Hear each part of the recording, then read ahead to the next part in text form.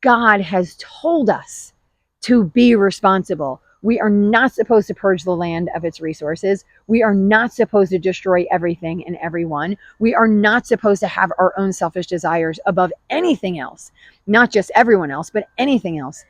And so God has been really open with that. But it's also a reality that we we are not the makers of everything. God is the maker of everything.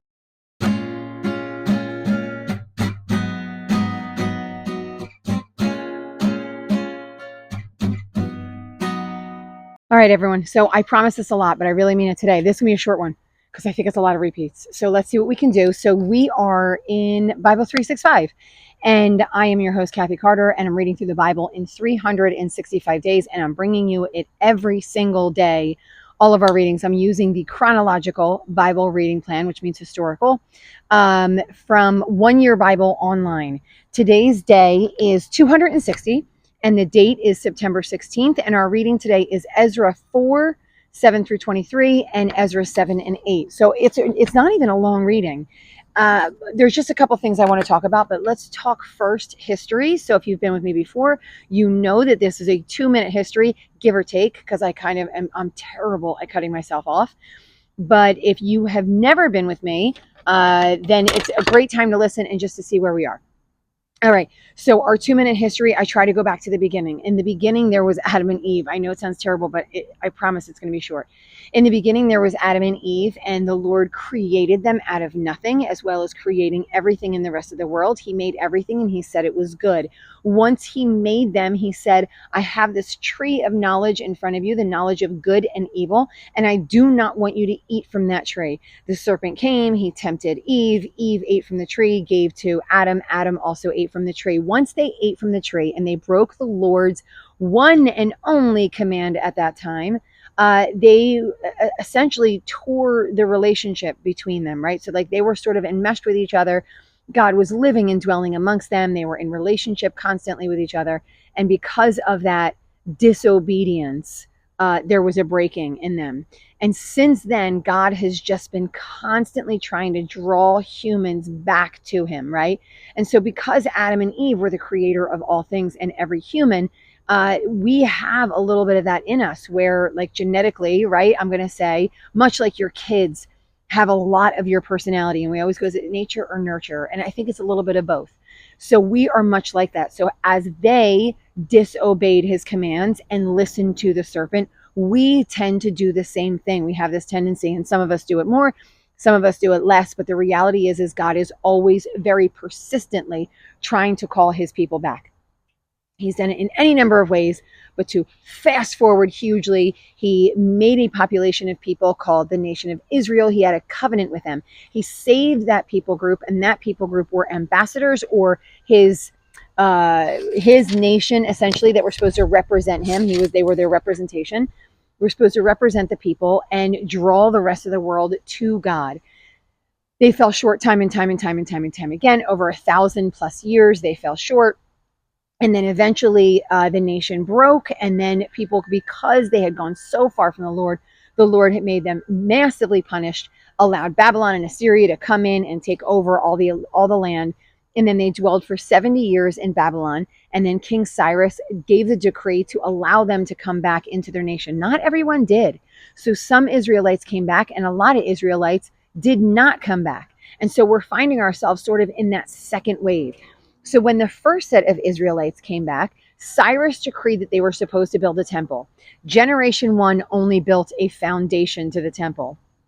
Generation 2 built up the temple, because the first generation, God was like, okay, well, here we go again. Famine, war, pestilence, blah, blah, blah, right? All these things. He said, your crops aren't going to grow. And then he allowed the second generation to build a temple. He called out to the second generation. He said, don't be like your ancestors, and I want you to build a temple. And then so the second generation built the temple, and then they dedicated the temple. And then we met Esther. Esther was a part of that generation that was out in Babylon. Now we're coming into this, I'm going to say, third wave. And that's where we are now. Ezra is a prophet. Oh, I'm sorry. I just banged the table. I do that every single day. Ezra is a prophet, and he is currently, before today, still in the nation of Babylon. And so he was living over there. Ezra is actually a historical book. So it was very interesting because I thought it was a prophetic book. I thought we were going through all kinds of prophecies. As I'm reading Ezra, it's kind of snuck into all of these little sections. And what I recognize from it is it's actually giving historical information. It's much more like Kings and Chronicles, where he's just essentially telling what the people did. He's not really prophesying about anything. He's just doing a retelling of what the people did at the time. So that is where we are in the book of Ezra. He has given us information about the first wave. He's given us information about the second wave. And now he's coming over with the third wave. So we're starting in Ezra 4:7. And I'm just going to kind of open it up where they open it up on the first verse. And it says, in the days of Artaxerxes, king of Persia, and they list some names, they wrote a letter to Artaxerxes. Now, these people, they don't really tell us who they are at first. But what we find out is they are the opposition of the Israelites, of the Jewish people, of the people that were sent back to Jerusalem. They find that they're building the temple, and they're like, these people are super rebellious.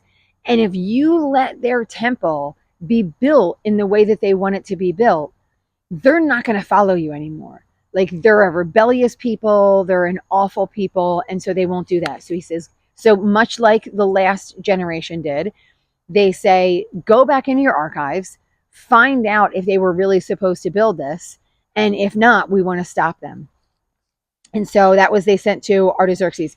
And one of the things that I want to note is in verse 9, it says, Rehum, the commanding officer, and Shimshai, the secretary, together with the rest of their associates, the judges, officials, administrators, over the people of Persia, Uruk, Babylon, and Susa, and then other people who they deported to settle into the land. So these are speakers, right? The leaders of the people that were deported from Babylon and sent over into Samaria, essentially to be the overseers. So I have noted this in the past few videos, and I do think this is really important, and this is why I note it. Israel is no longer a nation that supports itself. It is no longer a nation on its own, where they have their own kings and they follow their own rules and they do whatever they want to do according to the Lord their God. They're not in that space anymore. Now they are under a king. And right now they are under King Artaxerxes, but they're also under all of these other leaders, right, that are under King Artaxerxes. So while they can go to King Artaxerxes and write a letter and do all these things, they're under, like, they got a little line of people underneath of them that are higher up in administration than they are. These people are living in Samaria. So they are living in the northern kingdom, which was called Israel at the time, because the southern kingdom where they are in Judah and Jerusalem was called Judah. Northern kingdom was called Israel, which is where they had a lot of their problems come from. They were the first nation that was taken out, were the people of Samaria. And it's a name we're going to hear all the way through to the end of the Bible. So that's where these people are currently living, and they are overseeing the people of Jerusalem, and they're calling those people out for being bad people. So this is what Artaxerxes says. Verse 12, the king should know that the people who came up to us from you have gone to Jerusalem and are rebuilding that rebellious and wicked city. Sorry, this is what he's writing to Artaxerxes. We're sending this message to inform you so that you can go check in your archives, and you're going to find that this city is a rebellious city. We inform the king that if this city is built and if its walls are restored, you're going to be left with nothing. No one's going to pay their taxes. No one's going to do anything, right? And you're going to be left with nothing. So then the king sends this reply. And he says, a search was made, and it was found that this city does have a long history of revolt against the kings and has been a place of rebellion and sedition. It has had powerful kings ruling over this area. So issue an order to stop this work from happening. So King Artaxerxes is like, you know what? You're right. Let's be done with this.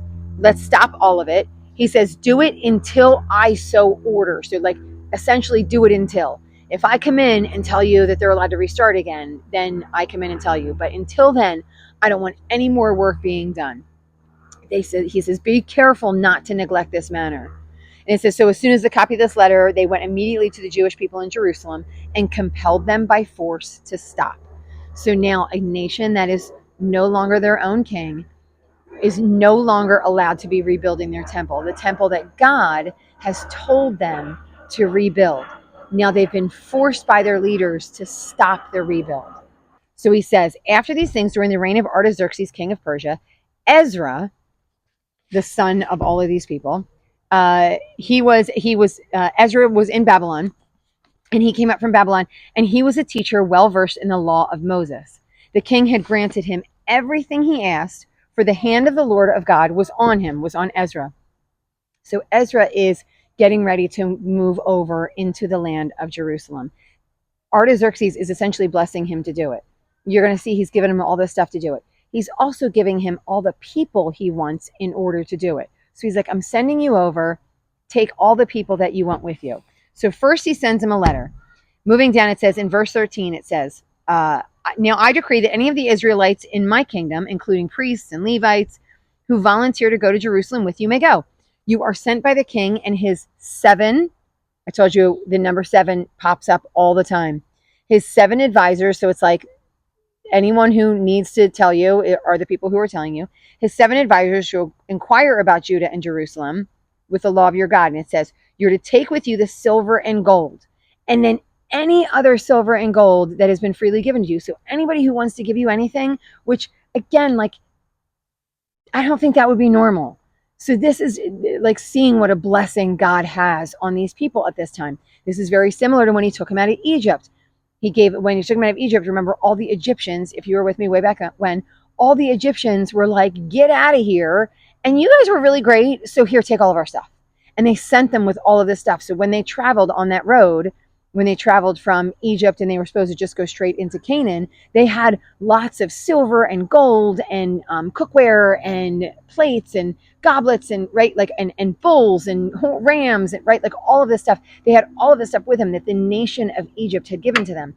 And then we also saw the first time they went back after the 70 years, the first time they went back, King Cyrus said the same thing. Let everybody bless you with things. Here's all the stuff that we took out of the temple, right? Like, so he's willingly giving his treasury to the people of Israel. And we're seeing this again. So it says, you're to take with you the silver and gold that the king and his advisors have freely given, together with all the silver and gold you may obtain from the province of Babylon. So like, go ahead in and take the stuff that you want, as well as the free will offerings of the people. Now, this is important. He says, with this money, you're to buy bulls and rams, right? All these sacrifices, together with their grain offerings and drink offerings, and sacrifice them on the altar of the temple of your God. Once again, I'm going to say this king is assuring his own safety and his own providence in his land through the God of the Israelite people. So it says, you and your fellow Israelites may then do with whatever seems best, like whatever's extra, you guys can do whatever you want with it. It is yours to have. Deliver to the God of Jerusalem all the articles entrusted to you for worship in the temple of God, and anything else needed for the temple that you're responsible to provide, or you may provide from the royal treasury. So listen, they're giving, I love this expression, they're giving carte blanche. So like, take what you need. Give it to the Lord though. Like, right, he's not saying, well, he is actually, because he says, take what you need, give what you need to the Lord, and if there's anything extra, it's yours, and you can kind of do with it whatever you want. So it really is carte blanche. They're getting whatever they want. He says, now I, King Xerxes, decree that all the treasures are to provide with diligence whatever Ezra, the teacher of the law of the God of heaven, may ask of you. So he is telling all of his people, when Ezra comes and asks you for something, it's his. Let him take it, give it to him. He gets whatever he wants. Let it be done with diligence. It's without limit. He says, why should the wrath of the Lord fall on the realm of the king and his son? So again, he knows the power of the Lord. This is what I, in some ways, loved about the people who were around the Israelites, because it seems like, I know I'm sort of a broken record in this area. We are so cynical. We are literally saying in this day and time, all over the world, it's not just here, right? Like, I want to just be like, oh, United States, we're so ignorant, we're so awful. It's not just here. There are so many nations that really believe that they have done everything and anything on their own, right? Like, it's all me. I'm working so hard. My nation is so great. We pull ourselves up by our bootstraps, right? Like, we have done everything on our own. They give no power to anything supernatural outside of themselves. They are so cynical. They genuinely believe like that we as the people hold the entire world in our hands. And if I do this, I'm going to break the world. And if I do this, I'm going to save the world. Right. And I'm going to tell you, I'm not saying we should not be responsible. God has told us to be responsible. We are not supposed to purge the land of its resources. We are not supposed to destroy everything and everyone. We are not supposed to have our own selfish desires above anything else, not just everyone else, but anything else. And so God has been really open with that. But it's also a reality that we are not the makers of everything. God is the maker of everything. And at that time, they knew it. Now, whether they believed that the God of Israel was the maker of everything, or if he was just one of many gods, which is probably what they believed, right? So in that, I'm going to say that they were in error, but at least they recognized. And again, once again, my broken record, we say we're so much smarter now, but the reality is we refuse to see anything supernatural. We refuse to give supernatural anything any credit. Like, no, that was just the fact that they had so much will. That's how come they lived and that person didn't live. Or that's how come they won that war and they didn't win that war. They just had more guns and more, right? Like that. We're neglecting the entire supernatural body of life. Total tangent. Time waster. Sorry. Okay. And so he says, so he believes that the God, trusting in that God will give him some power, will give him some strength, right? Will give him some credit. Like, hey, listen, I'm going to put my eggs in every basket, right? Like I'm not going to mess around and say that your God doesn't have any power. I know that he does. So I'm going to put my eggs in that basket too. So he says, you are also to know that you have no authority to impose taxes, tribute, or duty on any of the priests, Levites, musicians, gatekeepers, temple, right? Like they're not allowed to be taxed. So don't ask them for any money. Don't ask them for anything because they're just serving their God and their God alone. And you, Ezra, so he's very specifically talking to Ezra, in accordance with the wisdom of your God, which you possess, appoint magistrates and judges to administer justice. Now, Ezra is in charge of putting wise and good, I'm going to call them disciples in charge of the people to be just, right? Like, so in essence, they answer to the king, right? But they're now semi sort of a law onto their own. Now, at any time, I'm saying semi sort of, at any time the king can come in and go, nope, right? But overwhelmingly, he's saying, let these people be separate. They're under me. They still need to recognize that I'm the sovereign king.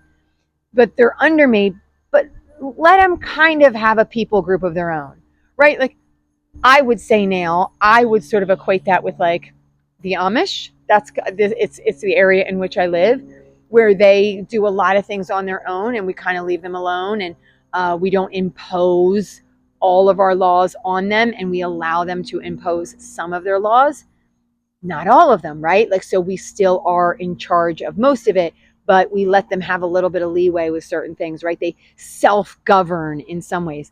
That's the way that this nation was. There's some self-governing in this nation. But again, they still answer to the sovereign king. So make no mistake, they still answer to the king. All right, finishing this area up. So here we go. He says, I took courage and gathered leaders. So that's what Ezra is doing now. And so we start to see all the people he starts to gather. Once he gathers people, he realizes, oh, there's no Levites here. We need Levites. Like, we can't do this whole temple thing without Levites. So he goes and he appeals to Edo and he says, I need Levites. And he sent them. He sent them sons, Aaron's sons, right? So then essentially, here we go again. We have every piece is where it's supposed to be. Every piece. So there's priests, there's musicians, there's people that guard the gate, there's prophets, there's leaders. So they have everything they need to now in order to go over there. Before they go over there, they fast. They camp for 3 days. They fast before they head over. And then they do it again once they find Levites. It says, so that we might humble ourselves before our God and ask him for a safe journey. The gracious hand of our God is on everyone who looks to him, but his great anger is against all who forsake him. So we fast and petition to God about this, and he answers our prayer because they said, we don't need any of your people to come and protect us or govern us or help us cross the border. We're going to do that all on our own through the power of our mighty Lord. So they made sure to fast and to pray and to seek petition, right? To ask God to keep them safe as they cross back over into their own land. And God did that. So he answered their prayers. He said, then I set apart 12 of the leading priests. I weighed out to them the offering, right? And then all the offerings came through. And it says, you, as well as these articles, are consecrated to the Lord. And this is a free will offering. So he was giving free will offerings. It said, then we arrived in Jerusalem where we rested for 3 days. So again, we see this 3 days, 3 days, 3 days, which is another pattern we've seen from all the way back in the beginning of Genesis. On the 4th day in the house of God, we weighed out the silver and gold, the sacred articles. Everything was accounted for. Then the exiles who had returned from captivity sacrificed burnt offerings to the God of Israel. It says all the things that they gave to. And then it says they also delivered the king's orders to the royal satraps, like to the governors, the people in charge of the Trans-Euphrates, who then gave assistance to the people and the house of God. Now, the only thing I'm going to note in this is because back at the beginning of this chapter, these people, all the governors and whatnot of the Trans-Euphrates area were like, shut these people down. And now we see that they're back. So what I'm going to say, because of the way it is in chronologically, it's kind of got my mind moving in this way. Although, we want to be careful of this, but it seems like they were shut down first. And then the king sends Ezra over to start everything back up again, right? So because they were rebellious, he wanted to send over somebody he trusted, which was Ezra. So he trusted that Ezra was after the Lord's heart, right? And so he sent Ezra and then all the people that Ezra chose over there. So there was a level of trust that that Xerxes had for Ezra in order to enable him to go back over there and start everything all back up again. Now, if that is slightly different, we'll find out more tomorrow, but I think that that's the way it seems to roll, again, according to this chronological order. That's it for today. So I didn't end crazy early like I wanted to, but I did end a little bit earlier than I used to, than I have been lately. So if this was a blessing to you guys, I want you to like, share, and subscribe to the channel. I want you to keep reading your Bible. Get your nose in your book, and I will see you guys tomorrow.